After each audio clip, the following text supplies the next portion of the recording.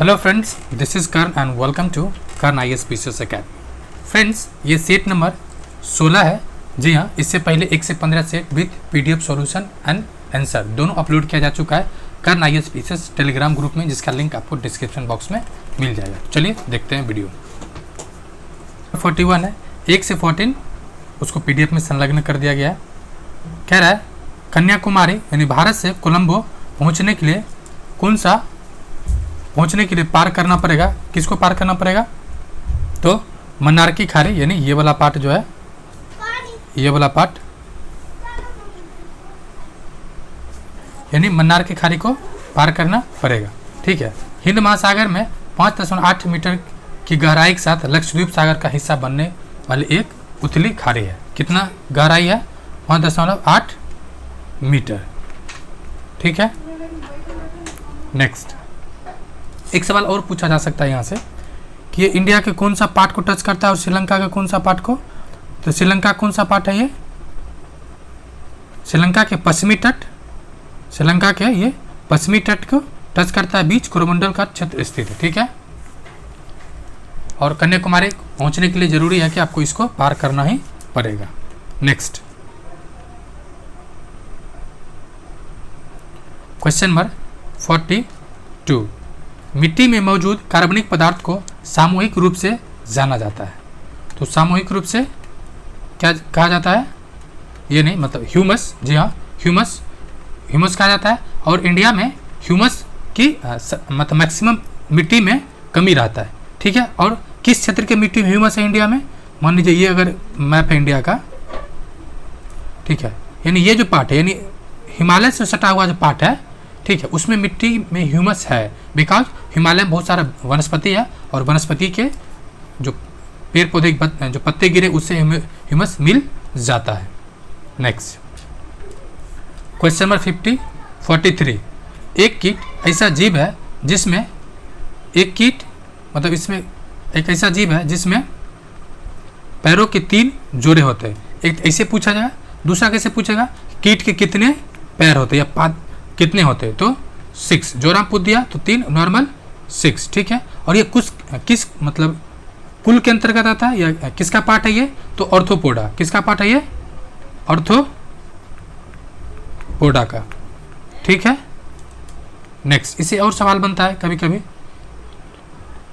कुछ। एक तो पूछेगा मकड़ी का कितना टांग होता है, या एक सवाल ये भी इस तरह से पूछा जाता है कि मतलब अलग अलग मकड़ी और मतलब मकड़ी रहेगा, कीट रहेगा, जुगनू रहेगा और एक कोई और दे देगा, अंतर क्या है?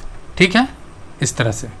नेक्स्ट क्वेश्चन नंबर 44, सब्जियां और फल हमारे आहार का हिस्सा होना चाहिए क्योंकि वे उत्तेजित करते हैं। क्या उत्तेजित करते हैं? क्रमकुंचन, ऑप्शन ए। ठीक है।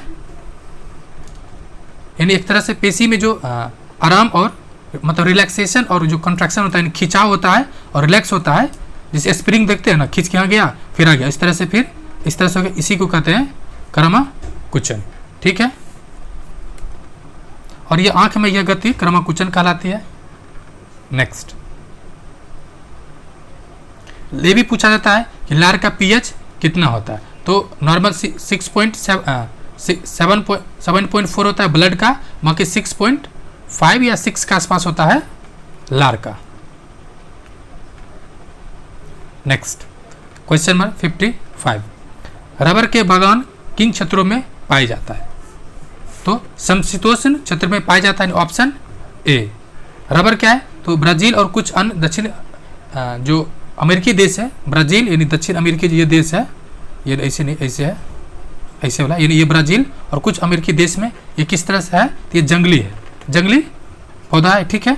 नेक्स्ट और ये भी कहा जाता है कि रबर बागान दक्षिण पूर्व एशिया देशों में पाए जाते हैं, जिसमें से Sri Lanka, Bharat, Myanmar.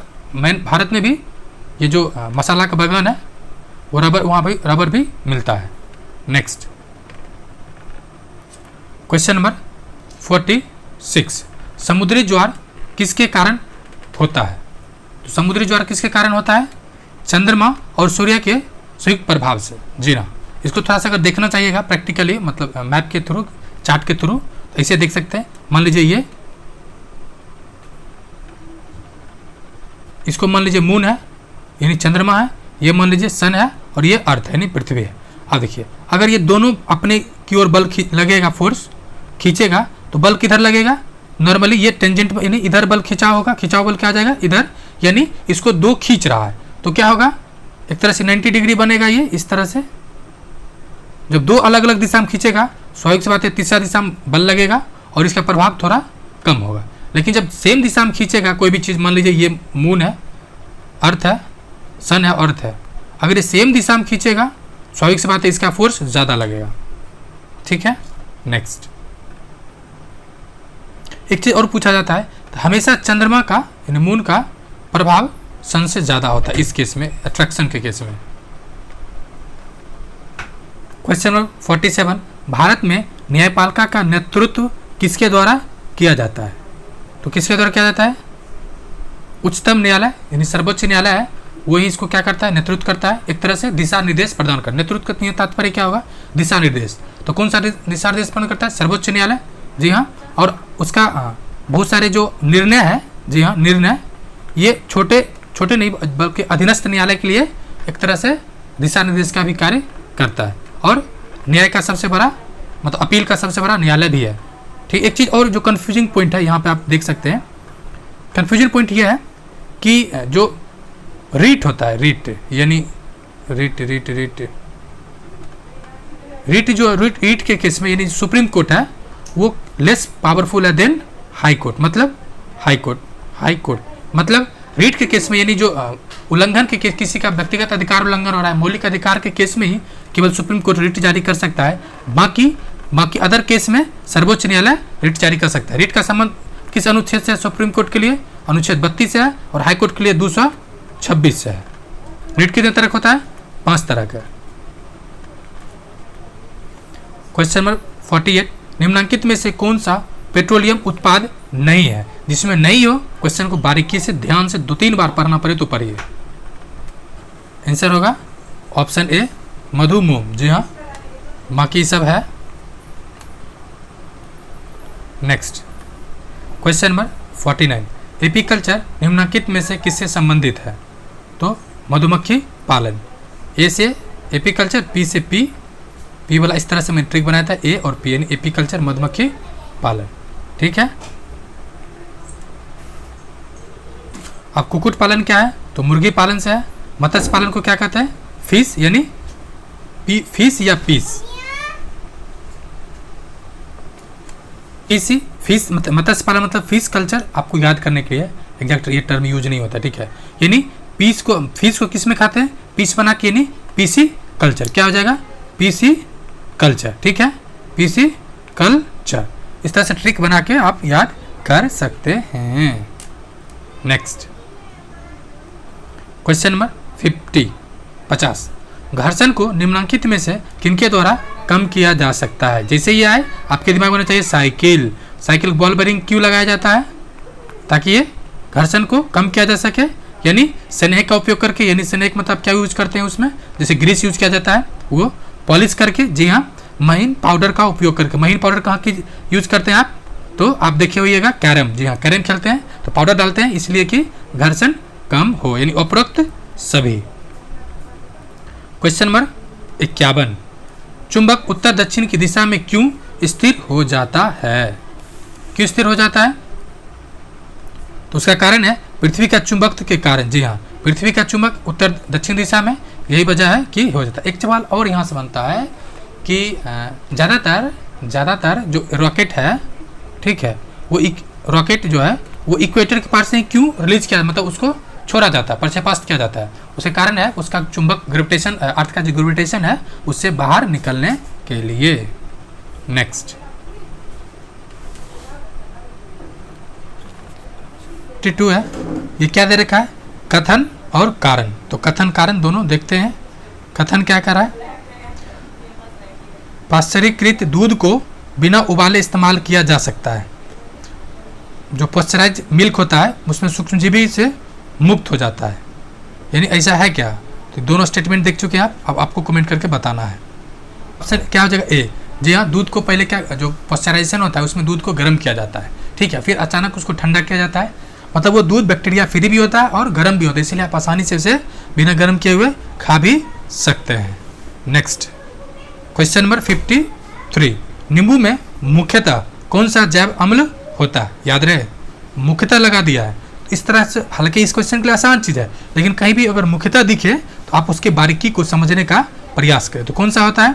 Citric acid यानी साइट्रिक अम्ल। दूध एवं दही में कौन सा होता है? दूध दही में लैक्टिक एसिड होता है। सिरका किस में होता है? तो एसिटिक अम्ल। एसिटिक अम्ल यानी सिरका में क्या होता है? एसिटिक अम्ल। नाइट्रिक अम्ल क्या होता है? HNO3। ये किस में होता है? ये आपको दिख जाएगा HNO3 प्लस आपको क्या H2SO4, ये दिखेगा एसिड रेन में। ठीक है। नेक्स्ट क्वेश्चन नंबर 54, निम्नलिखित कथनों में से कौन सा लैक्टोबैसिलस नामक जीवाणु के कारण के संदर्भ में असत्य है? असत्य है तो आपको क्या पढ़ना है? कौन सा कथन गलत है, कौन सा गलत है? असत्य में कंफ्यूज हो सकते हैं, लेकिन आपको जैसे असत्य दिखे आपको पढ़ना क्या? कौन सा कथन गलत है। तो चलिए गलत वाला को खोजते हैं, कौन सा कथन गलत है। तो गलत ये है, गलत 4 नंबर है। क्या कह रहा है? लैक्टोबैसिलस नामक जीवाणु में नंगे आंखों से देखा जा सकता है। जी नहीं, ये गलत है। बाकी क्या क्या है? दही में अनेक सूक्ष्मजीवी पाए जाते हैं जिसमें लैक्टोबैसिलस भी है। जी हाँ, दूध से दही बनाने में लैक्टोबैसिलस का काम आता है। लैक्टोबैसिलस नामक जीवाणु दूध को दही, जी हाँ, लैक्टोबैसिलस नामक जीवाणु दूध में जनन कर उसे दही में परिवर्तित कर। जी हाँ, यानी गलत कौन है? ऑप्शन 4। नेक्स्ट क्वेश्चन नंबर 55, क्या कह रहा है? क्षय रोग से बचाव के लिए कौन सा टीका लगाया जाता है? कौन सा टीका लगाया जाता है? BCG। ठीक है, BCG टीका लगाया जाता है। यह है क्या? Bacillus Calmette Guerin, bacillus Calmette Guerin. ठीक है। क्षय रोग मतलब टीबी, ट्यूबरकुलोसिस माइक्रोबैक्टीरियम के कारण होता है। ठीक है, जैसे डिप्थीरिया, काली खांसी और टेटनस जीवाणु जनित रोग है। आपको इस बात को भी ध्यान रखना है। क्वेश्चन नंबर 56, वाट SI मात्रक है? वाट किसका SI मात्रक है? तो शक्ति का। कार्य का क्या है? जूल। कार्य का जूल, ऊर्जा का जूल। जी हाँ, कार्य और ऊर्जा का दोनों की क्या है? जूल। बल का Newton. Next question number 57, friends एक और रिक्वेस्ट है, अगर आपको लगे कि ये आंसर गलत बता रहे हैं तो आप कमेंट कर सकते हैं ना। केवल आपके कमेंट को जवाब दिया जाएगा, बल्कि अगर कमेंट को पिन भी किया जाएगा, और कभी कभी कमेंट बॉक्स में भी देख लीजिए ह्यूमन एरर हो जाता है। नेक्स्ट क्वेश्चन नंबर 57, निम्नलिखित कथनों में से सिंचाई के संबंध में कौन सा कथन गलत है? किसके संबंध में? सिंचाई। कह रहा है कि निश्चित अंतराल पर खेत में जल देना सिंचाई कहलाता है। जी हाँ। सिंचाई का समय फसलों की प्रकृति के अनुसार भिन्न भिन्न होती है। जी हाँ। अब जैसे कि आलू फसल या धान फसल में ज़्यादा पानी लगता है, मक्का या ज्वार में कम, तो ये मौसम पे डिपेंड करता है, फसल पे डिपेंड करता है। गर्मी से सिंचाई की बारंबारता अपेक्षाकृत, गर्मी में सिंचाई की बारंबारता अपेक्षाकृत कम होती है, और सिंचाई का बारंबारता पर ऋतु का कोई प्रभाव नहीं पड़ता है। ऐसा नहीं है, ऋतु का प्रभाव पड़ता है तब तो सिंचाई का आवश्यकता पड़ता है। अब कह रहा है कि गर्मी में, ये देखिए स्टेटमेंट थोड़ा सा अपने आप में क्या कह रहा है कि गर्मी में पानी देने की आवृत्ति अधिक होती है। गर्मी में सिंचाई की बारंबारता अपेक्षित कम होता है, कम नहीं बल्कि अधिक होना चाहिए। 4, लेकिन इसका 3 भी गलत है। कैसे? देखिए, गर्मी में पानी ज़्यादा पड़ता है, ठीक है, जब ज़्यादा पानी पड़ेगा तो बारंबारता क्या होगा? अधिक होगा, इसलिए इसका आंसर होना चाहिए 3 और C और D होना चाहिए, जो इसमें नहीं दे रखा है। नेक्स्ट क्वेश्चन नंबर 58, भारत का सर्वोच्च न्यायालय कहाँ स्थित है? तो कहाँ स्थित है? नई दिल्ली में। ठीक है। इसकी स्थापना कब हुआ था? तो 28 जनवरी 1950 को। जी हाँ, 28 जनवरी 1950 को। लेकिन एक और सवाल है, पटना का जो हाई कोर्ट है उसका एस्टेब्लिशमेंट कब हुआ था? तो 1916 को। 1916 को। ठीक है, पटना उच्च न्यायालय का। एक सवाल और बन सकता है यहाँ से कि सर्वोच्च न्यायालय में भी स्ट्रेंथ कितना है? 34। ये 2 पार्ट में 33 + 1। नेक्स्ट क्वेश्चन नंबर 59, यदि आपका मुख उत्तर दिशा की ओर है, यानी उत्तर दिशा की ओर अपना मुख कर लीजिए, उत्तर दिशा की ओर, ठीक है, तो आपकी दाहिनी है, तो आपकी दाहिना और कौन होगा, यानी दाहिना ये कौन होगा, तो देख लीजिए क्या होगा, पूर्व। सिंपल से जैसे बोला उत्तर, तो उत्तर दिशा को लाइनिंग मार देना है, उसके बाद आपके दाहिना दायां दे दिए, बायां कहेगा तो बायां दे देंगे, यानी आंसर क्या हो जाएगा, सी, यानी पूर्व। क्वेश्चन नंबर 60, निम्नलिखित में से कौन सा जीवाश्म ईंधन है, तो जीवाश्म ईंधन ऑप्शन 4, यानी कोयला भी है, पेट्रोल भी है, प्राकृतिक गैस भी है, ये सभी क्या है, जीवाश्म ईंधन है। और जीवाश्म ईंधन को गैर नवीकरणीय क्यों कहा जाता है, क्या इसका फॉर्मेशन नहीं होता है, क्या फॉर्मेशन होता है, बट इतना लंबा समय लगता है, लाखों वर्ष लगता है, इसलिए उसके माना जाता है कि एक बार यूज हो गया तो पुनः प्राप्त करना लगभग असंभव नहीं बल्कि मुश्किल है। क्वेश्चन नंबर 61, फसल चक्र के संदर्भ में कौन सा कथन गलत है, यहाँ लिखा क्या है, असत्य, लेकिन पढ़ना क्या है, गलत है। तो कौन सा कथन गलत है, देखते हैं क्या कह रहा है, फसल चक्रण एक फसल के बाद खेतों में दूसरे किस्म की फसल एकांतर क्रम में उगाकर किया जाता है। जी हाँ, फसल चक्र मतलब फसलों की जो मतलब बोने की प्रक्रिया, यानी जो फसल बोया जाता है उसको बदल बदल के। फसल चक्रण से मिट्टी में नाइट्रोजन का पुनः भरण होता है। जी हाँ, एक ही तरह के फसल लगाने से क्या होता है कि जो जैसे मान लेते हैं जो जैसे कि धान खेती है, बार बार अगर धान की खेती वहाँ लगेगा उस एरिया क्या होगा, जो पानी है वो बहुत कम जाएगा, तो इसीलिए अलग अलग फसल बदल के लगाया जाता है ताकि जो नाइट्रोजन है या जो भी उसका जो पोषक तत्व है वो मेंटेन रहे। दूसरा, तीसरा स्टेटमेंट क्या है, पहले उत्तर भारत में किसान फसल चक्रण के तौर पर फलीदार चारा एक ऋतु में उगाते थे तथा गेहूं दूसरी ऋतु में। जी हाँ, ये भी सही था। उसे क्या होता है, चारा से या फलीदार से नाइट्रोजन मतलब पर्याप्त मात्रा में मिल जाता है। ऑप्शन 4 क्या कह रहा है, फसल चक्रण से पैदावार तो घटती ही है, साथ ही उसकी मिट्टी की उर्वरता में भी कमी आती है। जी नहीं, ये गलत है। अब देखिए फ्रेंड्स, मान लेते हैं आपको नहीं पता हो क्या गलत है, लेकिन इतना तय है कि एक ही क्वेश्चन में 2 स्टेटमेंट दे रखे, एक तो पैदावार बढ़ता है, दूसरा घटता है, इसी में इसको एक गलत होगा, इतना तय है। ठीक है, आंसर क्या हो जाएगा, 4। मतलब इसको भी अपनाइए, इससे भी बहुत सारे क्वेश्चन बन जाता है। कह रहा है क्वेश्चन नंबर 62, पनामा नहर जोड़ती है तो अटलांटिक महासागर को और प्रशांत महासागर को।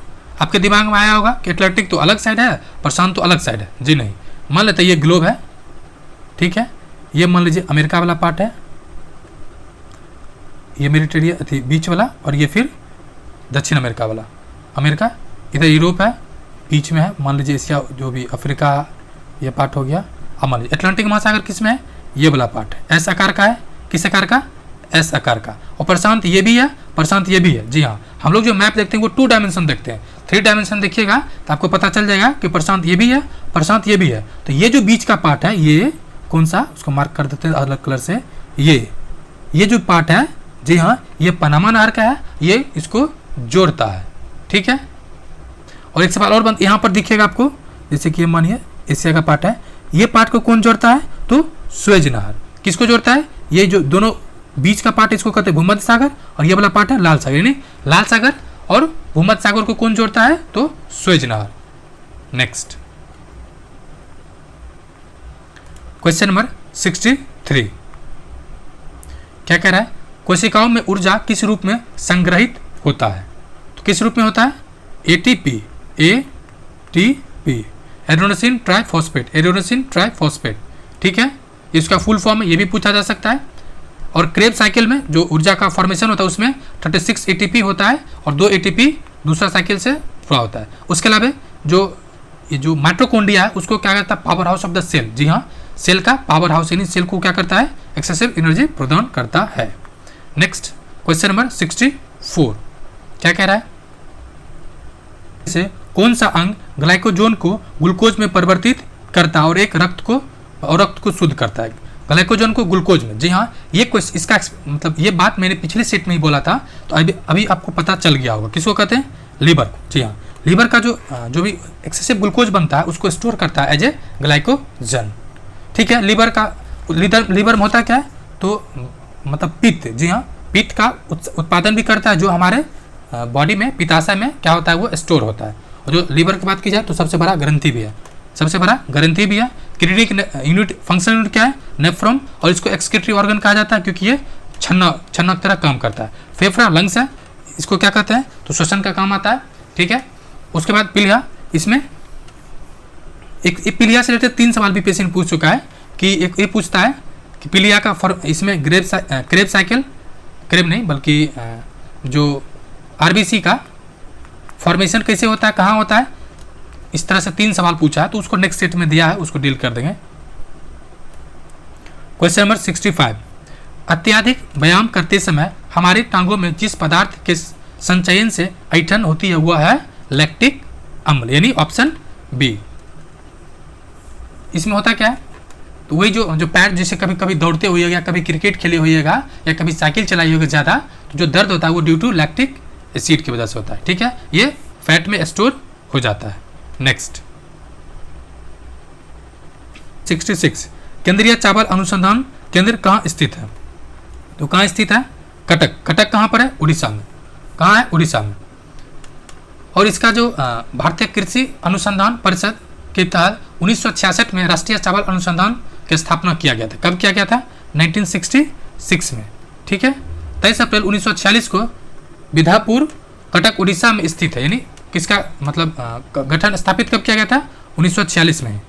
1946 में। फिर आपके सवाल आया होगा कि ये 1966 में क्यों आया? इसके अंतर्गत इसको कर दिया। जी हाँ, कृषि के जो डिपार्टमेंट उसके इसके अंतर्गत शामिल कर दिया गया। जैसे कि जो इसरो है, ठीक है, इसरो का गठन 1969 में हो गया था, लेकिन इसको ऊर्जा एनर्जी डिपार्टमेंट बना के इसको 72 के आसपास शामिल कर दिया था, यानी अंतरिक्ष विभाग बना करके। क्वेश्चन नंबर 67, इनमें से कौन सा दबाव समूह, दबाव की यानी दबाव मतलब प्रेशर की एसआई यूनिट तथा कंप्यूटर की एक भाषा का नाम है? चलिए देखते हो ऑप्शन डी पास्कल। जी हाँ, पास्कल है। पास्कल एक जो कंप्यूटर प्रोग्रामिंग है जिनका नाम गणितज्ञ बेबेज पास्कल के नाम पर रखा गया था, ठीक है। आविष्कार किसने किया था?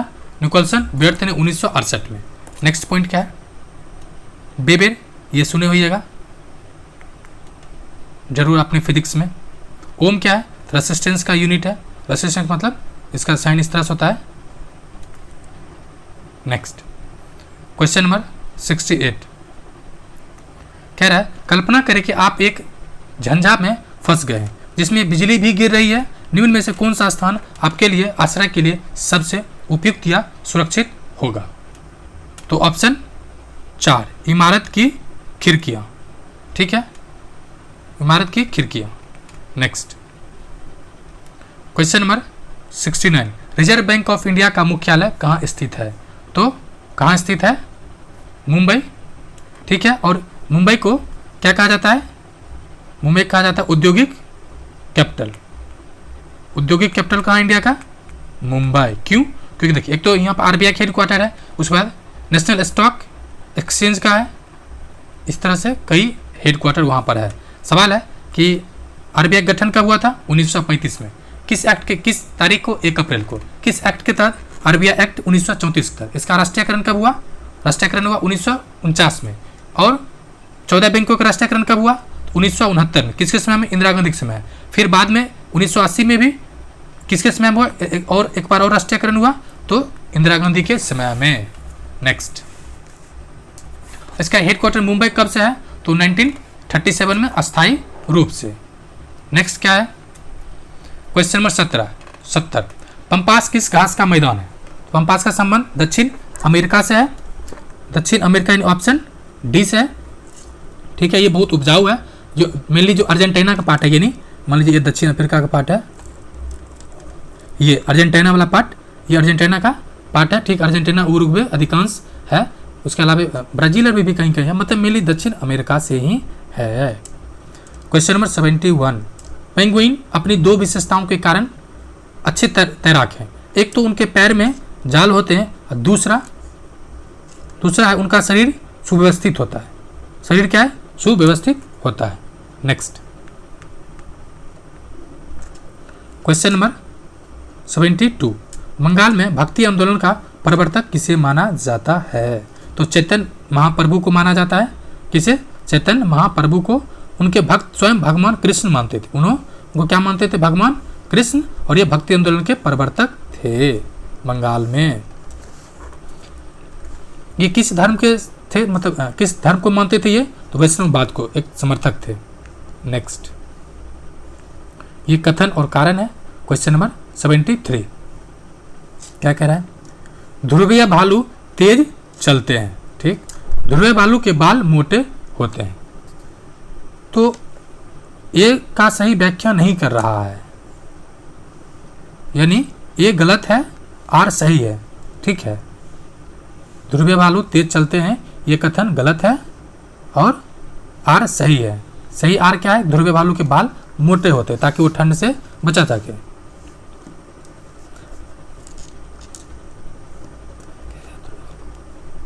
और वो तेज नहीं बल्कि आराम से चलते, धीरे धीरे, तेज ना चल के धीरे धीरे चलते हैं।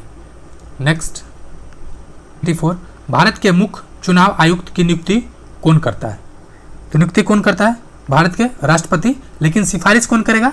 देखिए, सिफारिश के रिलेटेड अभी लेटेस्ट में एक निर्णय आया है सुप्रीम कोर्ट का कि उसमें 3 मेंबर होगा। एक chief justice of India, main opposition leader, ठीक है, लोकसभा की मेन होता है, और दूसरा पीएम। जी हाँ, ये तीनों कमेटी के सिफारिश पे राष्ट्रपति क्या करेगा? उसको नियुक्ति करेगा। ये लेटेस्ट है, तो ये देखने वाली बात है। Next question number 75, Simon commission के बहिष्कार का प्रस्ताव कांग्रेस के किस अधिवेशन में पारित हुआ था?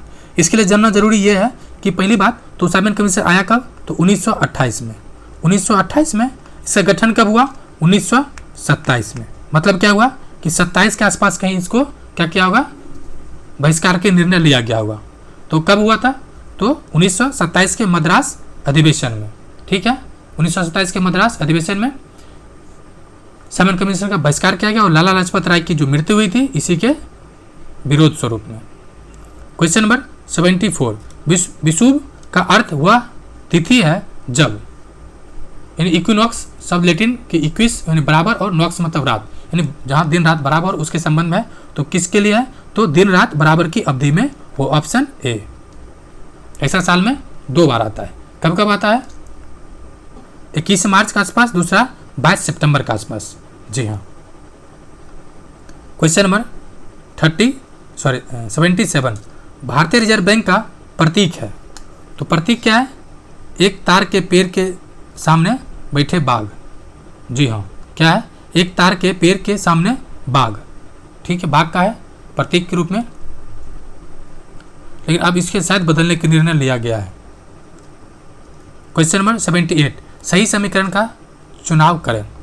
आहार नली, सहायक ग्रंथि बराबर पाचक तंत्र, यानी सही तो यही, यानी ऑप्शन ए हो जाएगा। ABCD तो नहीं दे रखा है ना, नहीं, सिंगल ऑप्शन है, यानी ऑप्शन ए ही होगा। क्या होगा? आहार नल प्लस सहायक ग्रंथियां पाचन तंत्र। जी हाँ, आहार तो नली है ही, उसमें जो ग्रंथियां हैं उसमें जो सेक्रेशन तो एंजाइम का दोनों मिला के क्या होता है? पाचन तंत्र। स्टार्ट कहाँ से होता है पाचन? तो माउथ से। किसके माध्यम से? लार के माध्यम से। लार का पीएच कितना होता है? आज ही बताया गया है। उसमें 2 तरह के एंजाइम होता है। कौन कौन? Amylase and ptyalin. Question number 79, स्वतंत्र भारत का पहला गवर्नर जनरल कौन था? स्वतंत्र भारत का पहला गवर्नर जनरल कौन था? तो राजगोपालाचारी, ठीक है। नहीं, स्वतंत्र भारत का ना, ये तो भारत का है। स्वतंत्र भारत का पहला तो ये था लॉर्ड माउंटबेटन। जी हाँ, कौन था? Lord Mountbatten.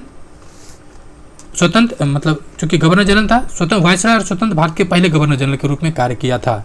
चक्रवर्ती राजगोपालाचार्य, जिन्होंने राजा जी के नाम से भी जाना जाता है, स्वतंत्र भारत के पहले और अंतिम भारतीय गवर्नर हैं। स्वतंत्र भारत के पहले और अंतिम भारतीय, जब तक भारतीय ना जोड़े तब तक राजा जी पे नहीं जाना है। नेक्स्ट क्वेश्चन नंबर 80, गाय के गोबर का उपयोग खाद बनाने के लिए कर सकते हैं, कारण वह में समृद्ध है। उसमें क्या क्या चीज़ समृद्ध होता है? तो समृद्ध उसमें होता है नाइट्रोजन। जी हाँ, इसमें क्या है? 3% नाइट्रोजन होता है, 2% फॉस्फोरस होता है, ठीक है, 2% फॉस्फोरस होता है और 1% क्या होता है? पोटेशियम। और खाद में आपको चाहिए क्या? NPK, nitrogen potassium phosphorus, nitrogen phosphorus and potassium, 2 चीज़ यहीं से मिल गया। नेक्स्ट क्वेश्चन नंबर 81, उचित विकल्प का चयन करें। डैश सबसे तेजी से ठीक होने वाला शरीर का अंग है। कौन होगा सबसे तेजी से ठीक? तो 81 यानी ऑप्शन ए, जीभ। मुंह सबसे तेजी से ठीक होने वाला अंग है। यह लार की उपस्थिति के कारण जो घाव को क्या करता है, जल्दी सुखा देता है और भरने के लिए जो स्टिमुलेटर उसको क्या कहते हैं, प्रतिक्रिया को तेज कर देता है। ठीक है, मुंह में होंठ, मसूड़े, दांत, ये सब जो है वो जल्दी जल्दी ठीक हो जाता है। हालांकि सेल्फ रिपेयरिंग जो खुद कर लेता है उसमें यकृत यानी लीवर भी है, लेकिन पूछ रहा है सबसे तेज। जी हाँ, सबसे तेज जीव। नेक्स्ट क्वेश्चन नंबर 82, पानी बिना पानी के क्या कर रहा है, बिना पानी के दीर्घ काल तक मरुस्थल में जीवित रहने वाला प्राणी है। तो कौन है? ऊंट। ये तो आप बचपन से याद करते आए हैं। क्वेश्चन नंबर 83, उचित पर्याय चुनिए और वाक्य की पूर्ति कीजिए। सीधे क्रम में पर्वतों को डैश कहा जाता है। सीधे क्रम में पर्वतों को डैश कहा जाता है तो श्रृंखला। जी हाँ, जैसे हिमालय पर्वत श्रृंखला है, मतलब हिमालय में जैसे अगर ये इंडिया है, इंडिया के परिप्रेक्ष्य में बता देते हैं। हिमालय एक ये क्या हुआ, थोड़ा मैप अच्छे से बताते हैं। मान लीजिए ये इंडिया है, ठीक है, और ये चाइना, इधर चीन है। ये जो ऊपर वाला पार्ट है, ठीक है, ये ट्रांस है। उसके अलावा जैसे कि ट्रांस, वैसे याद मैंने ट्रिक क्या बनाया था, कलेजा को लेकर ले जा पर धर, मतलब क से काराकोरम, उसके बाद लद्दाख, उसके बाद जास्कर, फिर पीर पंजाल, धौलाधार। ठीक है, ये ट्रिक है नॉर्थ से साउथ की ओर। अब देखिए ये सब क्या है, एक श्रृंखला है। जी हाँ, इसमें कई पर्वत है, इसलिए आपको इस बात को ध्यान रखना है। क्वेश्चन नंबर 84 क्या कह रहा है, मानव शरीर में सबसे लंबी हड्डी है। तो जांघ की हड्डी। जी हाँ, कौन सा हड्डी? तो जांघ की हड्डी सबसे लंबी है। लगभग इसकी लंबाई कितना होता है? तो 19.9 इंच। 19.9 इंच होता है। आमतौर पर जांघ की हड्डी एक मतलब हड्डी की लंबाई होता है। अब देखिए इसमें और कुछ है, जैसे स्टेपीज मानव शरीर की सबसे छोटी हड्डी है। यह मध्य कर्ण में स्थित है, यानी कान का हड्डी सबसे छोटा और जांघ का हड्डी सबसे बड़ा। अगर इसकी स्टेपीज के आकार की बात की जाए तो 3 मिलीमीटर इंटू 2.5 मिलीमीटर के बीच का होता है। ठीक है, नेक्स्ट क्वेश्चन नंबर 85, चंद्रमा का प्रकाश धरती पर पहुंचने का समय क्या है? जी हाँ, ये सवाल आपको कहाँ मिलेगा? SCERT class 6 geography chapter 1। ठीक है, तो कितना समय लगता है? तो 3.25 सेकेंड लगता है। कितना उसमें दिया हुआ है? 3.25 सेकेंड। 3.25 नहीं बल्कि 1.25 सेकेंड, यानी 1.25 सेकेंड। 1.25 सेकेंड मतलब 1.25 सेकेंड स्टेटमेंट हो या जैसे भी, आपको ध्यान रखना है। यहाँ पे दे रखा है 1.3 सेकेंड, लेकिन आपका जो लाइन है वो 1.25 सेकेंड है। क्योंकि इसमें करीब लगा दिया है, करीब, तो ये बात चल सकता है। नेक्स्ट क्वेश्चन नंबर 86, पॉलीथीन का औद्योगिक उत्पादन किसके बहुलक के कारण, मतलब बहुलक से होता है पॉलीथीन? तो इथिलीन के होता है। इथिलीन मेनली क्या होता है? ये मोनोमर्स पॉलीथीन है। इथिलीन एक क्या है? रासायनिक यौगिक है, जिसका अगर सूत्र की बात की जाए इथिलीन का तो C2H5, मतलब C डबल बॉन्ड के साथ, H5 नहीं H4 होगा, सॉरी फ्रेंड्स, H5 नहीं H4 होगा। डबल बॉन्ड से एक और एक, यानी 4 कार्बन इसमें अरेस्ट हो जाएगा। नेक्स्ट क्या है? क्वेश्चन नंबर 87, निम्न में से कौन सा सागर उत्तरी अमेरिका और पश्चिमी यूरोप को अलग करता है? तो ऑप्शन बी, उत्तरी अटलांटिक सागर। उत्तरी अटलांटिक सागर यानी मान लीजिए ये वाला पार्ट है, ये अमेरिका है और ये यूरोप है। तो यूरोप को कौन सा पार्ट हुआ? पश्चिम। अमेरिका का उत्तर, अमेरिका का उत्तर साइड कौन सा? अटलांटिक, जिसका आकार कैसा है? एस आकार का है। नेक्स्ट क्वेश्चन नंबर 88, भारत सरकार का कौन सा विभाग मंत्रालय दिव्यांग विभागों की शिक्षा व्यवस्था करता है? पहली बात आपको एक चीज़ ध्यान रखना है, क्योंकि आप शिक्षक बनने जा रहे हैं तो आपको जो शब्द यूज करना है टेक्निकल शब्द, यानी आपको विकलांग नहीं कहना किसी को भी। क्यों? क्योंकि विकलांग टर्म को सुप्रीम कोर्ट ने मतलब गलत बताया है। अब कौन सा विभाग है? तो खेल, जी हाँ, खेल मंत्रालय के अंतर्गत है। ऑप्शन नहीं फ्रेंड्स, ऑप्शन सी है। सॉरी, मानव संसाधन और विकास मंत्रालय, option C. Next question number 89 क्या कह रहा है? कह रहा है मैं सांपों को अपनी बीन की धुन पर नचा सकता हूं। यह कला मैंने अपने लोगों से सीखा। हमारे लोग को क्या कहते हैं? तो काल बेलिया यानी ऑप्शन सी। 89 का क्या होगा? Option C. इसको किसको कहा जाता है? जो बीन बजाता है। ठीक है। क्वेश्चन नंबर 90 विश्व के तीसरे सबसे बड़े महाद्वीप का नाम क्या है? तीसरा सबसे बड़ा कौन सा है? उत्तर अमेरिका। ठीक है।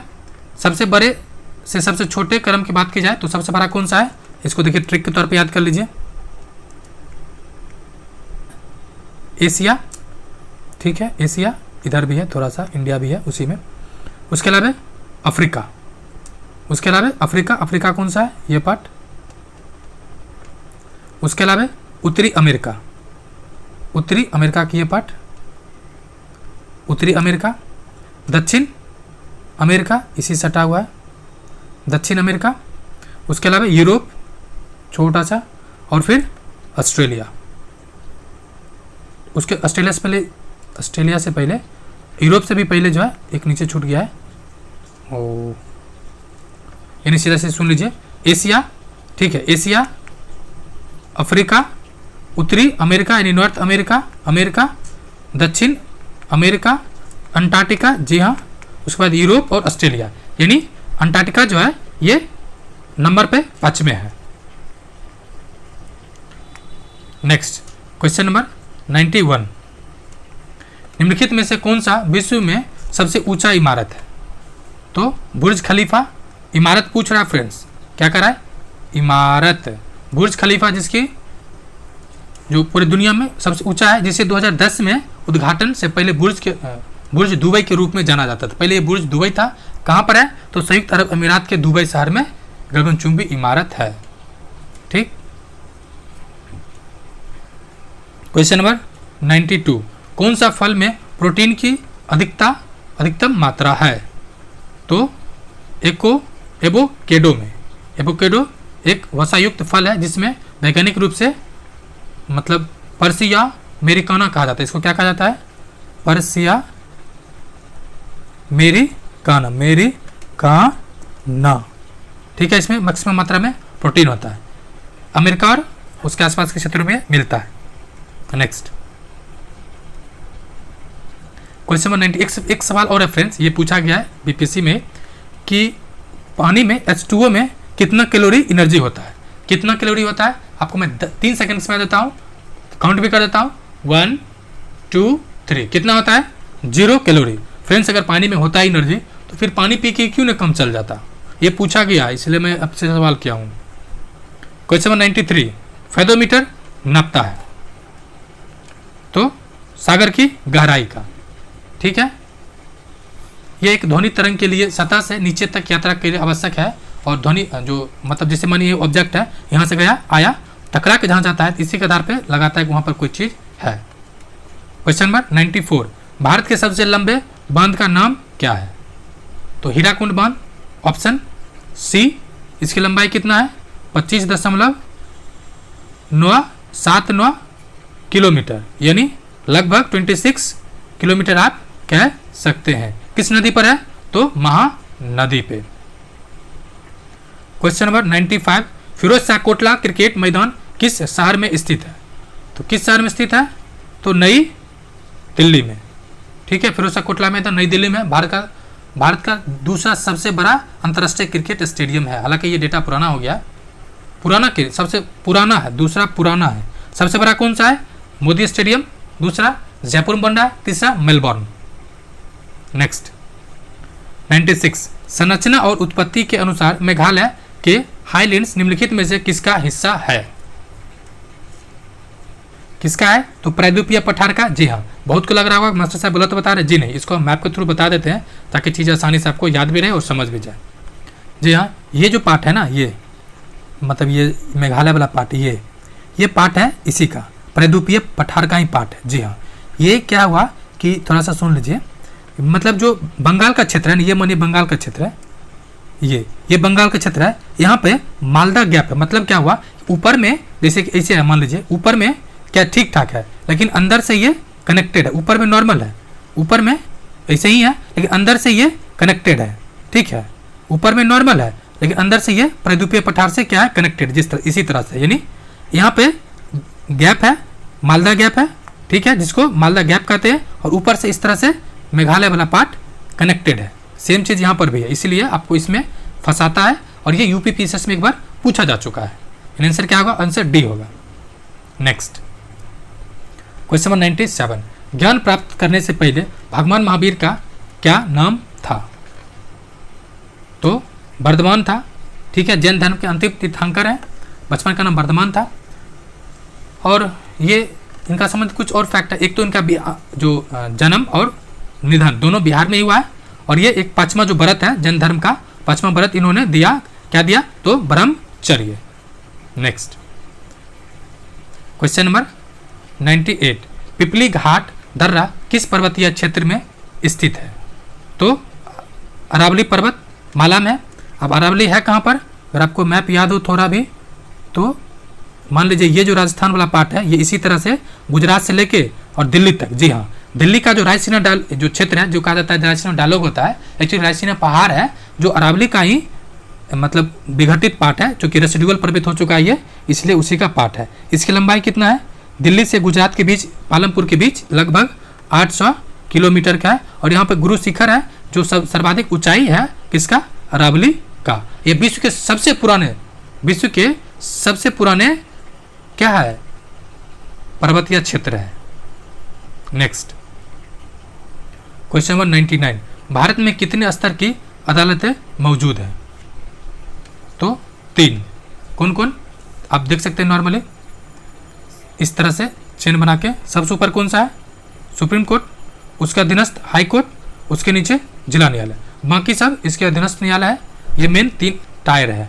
ठीक है, सर्वोच्च न्यायालय, उच्च न्यायालय और अधीनस्थ न्यायालय। इसको क्या कहते हैं? ऊपर वाले को सर्वोच्च न्यायालय, हाई कोर्ट, और बाकी सब क्या है? अधीनस्थ न्यायालय। Okay, next question number 100। ये फ्रेंड्स क्वेश्चन नंबर 100 है, देखते हैं क्या है। निम्नलिखित को कूट की मदद से सही में क्रम में सजाइए। तो क्रम क्या है? सिंगल, अच्छा दे रखा है आंसर डी 3 4 1 2। चलिए 3 4 क्या है देख लेते हैं। 3, लोगों को खाने पीने की चीज़ों को पकाने और सामान रखने के लिए बर्तन की जरूरत पड़ती है, यानी बर्तन चाहिए। बिल्कुल। दूसरा कह रहा है बहुत बहुत बहुत साल पहले एक ऐसा समय था जब लोगों के पास बर्तन नहीं था। जी हाँ, पहले बर्तन नहीं था, यानी 3, लोगों को यह एक हो, उसके बाद एक है।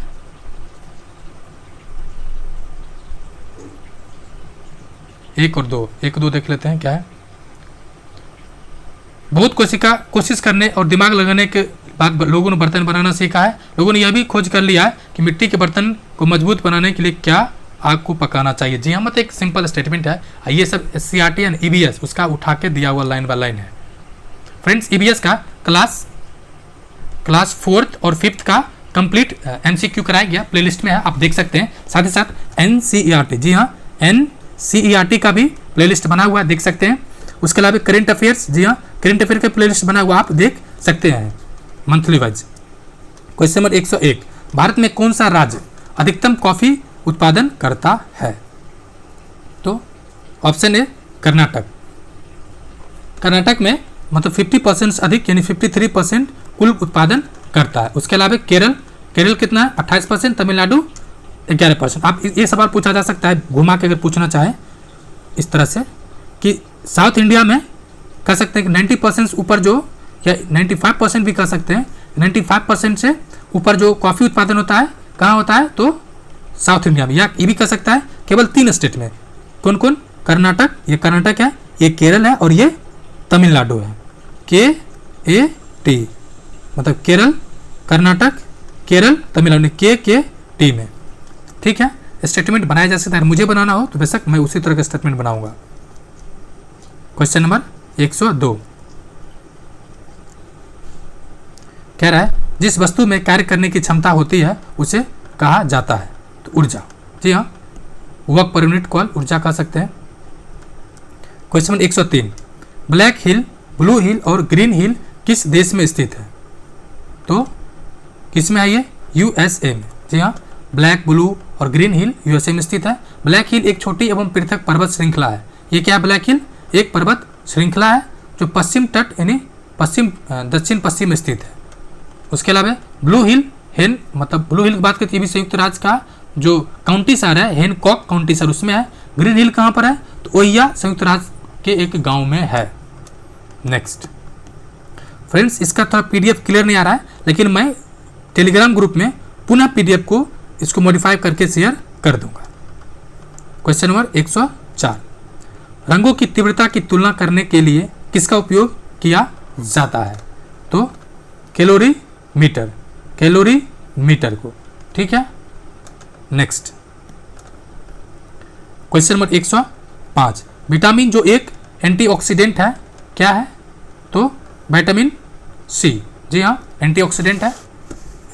और विटामिन B12 में कोबाल्ट होता है। विटामिन B12 में 1 यूनिट कोबाल्ट होता है। ठीक है, और इसके कारण क्या होता है? घातक रक्त अल्पता। ठीक है, विटामिन सी नाम भी क्या है? Ascorbic acids. विटामिन डी सन से प्रकाश करते हैं। बी का बहुत सारा नाम है कि आपको कमेंट करना है। क्वेश्चन नंबर 106 मध्य भारत का चावल का कटोरा किस राज्य में या राज्य को कहा जाता है? तो किस राज्य को कहा जाता है? एक सेकेंड, एक क्वेश्चन लगता है छूट गया फ्रेंड्स। क्या 105 106? ठीक है, यही है। जब किसको कहा जाता है? तो छत्तीसगढ़ को। छत्तीसगढ़ को कहा जाता है चावल का कटोरा। छत्तीसगढ़ चावल उत्पादन के लिए 77% क्षेत्र का उपयोग करता है। अब एक चीज और है, एक मतलब अमेरिका जो है यूएसए है, ये क्या किया ना, भारत पे दबाव बनाया कि चावल के पेटेंट कराने के लिए। तो एक पता चला कि जितना छत्तीसगढ़ में चावल का किस्म है उतना पूरे दुनिया में नहीं है। एक कहानी नहीं, ये फैक्ट है, याद कर लीजिए, आपको याद भी आएगा। मतलब ये कह सकते हैं पूरे दुनिया को, पूरे मुल्क को भारत ने चावल का उपहार दिया है, साथ साथ कॉटन का भी उपहार दिया है। क्वेश्चन नंबर 107 क्या कह रहा है? सैंडल पीक अंडमान और निकोबार द्वीप समूह की एक सबसे ऊंची चोटी है, कहाँ स्थित है? तो ये सैंडल पीक है उत्तरी अंडमान में। जी हाँ, उत्तरी अंडमान का ये पार्ट है सैंडल पीक। अंडमान है कहाँ पर? तो बंगाल की खाड़ी में। नेक्स्ट, अब बैरन द्वीप भी कहाँ पर है? बंगाल में ही है, मतलब कि अंडमान निकोबार में ही है। 108 क्या कह रहा है? भारत का क्षेत्रफल पाकिस्तान से कितना गुना बड़ा है? तो 4.12 गुना यानी टाइम्स बड़ा है। भारत का कितना क्षेत्रफल है? तो 32.87 या 32.87 वर्ग किलोमीटर। तो पाकिस्तान कितना है? तो पाकिस्तान क्या 79,600 नहीं 7,96,095 095 मतलब 7 लाख कह सकते हैं, 8 लाख के आसपास है, लगभग 4 गुना है। तो 4.12 है, आप लगभग 4 गुना याद कर सकते हैं। क्वेश्चन नंबर 109 निम्नलिखित में से कौन सा एक कीट भक्षी पौधा है? तो कीट भक्षी पौधा कौन सा है? तो घटपर्णी ऑप्शन ड्रोसेरा। क्या है? ड्रोसेरा। और घटपर्णी भी है। इसे क्यों कीट भक्षी पौधा क्यों क्या करता है? तो कीट को पकड़ के जो नाइट्रोजन है उसको पूर्ति करता है। क्या करता है? नाइट्रोजन को पूर्ति करता है, जैसे कि कीटों, मकड़ी, घून सबको शिकार बना लेता है वो। ठीक है, नेक्स्ट क्वेश्चन नंबर 110 लोकतंत्र में सबसे महत्वपूर्ण पहलू है, तो क्या है? राजनीतिक। जी हाँ, एक महत्वपूर्ण पहलू राजनीतिक जिसे सामाजिक, आर्थिक, ये सब इसका क्या है? प्रभाव है। मतलब राजनीतिक का प्रभाव हो सकता है सामाजिक आधार पर निर्णय हो सकता है, आर्थिक आधार पर हो सकता है, शासकीय किस तरह। मेन चीज क्या है? राजनीतिक। लेकिन ये पूछा जाए लोकतंत्र में सबसे महत्वपूर्ण क्या है, तो हमारा जो संविधान स्टार्ट होता है we the people of India, that means हम भारत के लोग, अर्थात भारत के लोग से, भारत के विशेष संदर्भ में। ये कथन और कारण है। कथन देखते हैं क्या कह रहा है? बच्चों को किसी एक पेड़ से रिश्ता बनाने अर्थात उसे पानी देना, देखभाल करना, उसकी बारीकी से देखना आदि के लिए प्रेरित किया जाना चाहिए। बच्चों को किसी एक पेड़ से रिश्ता बनाने के लिए प्रेरित करने से पर्यावरण के प्रति बच्चों का लगाव बढ़ेगा। जी हाँ, लगाव ही बढ़ेगा नहीं बल्कि बहुत ज़्यादा फायदा होगा। ये दोनों ही सही है, कथन भी सही है और उसके व्याख्या भी सही है, दोनों कथन सही है। नेक्स्ट क्वेश्चन नंबर 112, किस घटना के कारण गांधी जी ने असहयोग आंदोलन वापस ले लिए थे? तो चौरी चौरा कांड हुआ था, कब हुआ था? तो 5 फरवरी को 1922 को। वापस कब लिए? 12 फरवरी। तो आपको इस बात को भी ध्यान रखना है, जैसे कहेगा चौरी चौरा कब हुआ, मतलब चौरी चौरा किस तिथि को वापस लिया, तो आपके दिमाग आएगा चौरी चौरा, मार दीजिएगा 5 फरवरी और मिलेगा नंबर कितना आपको? माइनस में। तो इस बात को ध्यान रखना। आसान क्वेश्चन क्या है कि बहुत बारीकी से देखना है। बाकी क्या है? चंपारण सत्याग्रह 1917 में हुआ। गांधी जी के भारतीय इतिहास में पहली बार पदार्पण होता है आंदोलन के रूप में। काकोरी कांड ये हुआ था कहाँ पे? यूपी में ही। मतलब इसमें काकोरी कांड में 3 व्यक्ति को फांसी दिया गया था। अशफाकुल्ला खां, राम वृक्ष या मतलब 3 है, एक नाम याद नहीं आ रहा फ्रेंड्स। बरदौली सत्याग्रह तो सरदार जी। ढलान के नीचे चट्टान, मलबे एवं वृक्ष के बड़े पैमाने पर धरातली हलचलों को कहा जाता है। ढलान यानी ढलान के नीचे चट्टान के या मतलब चट्टान मलबे के नीचे जो मतलब होता है चट्टान के बड़े पैमाने पर जो हलचल होता है उसको क्या कहते हैं? उसको कहते हैं भूस्खलन। जी हाँ, भूस्खलन।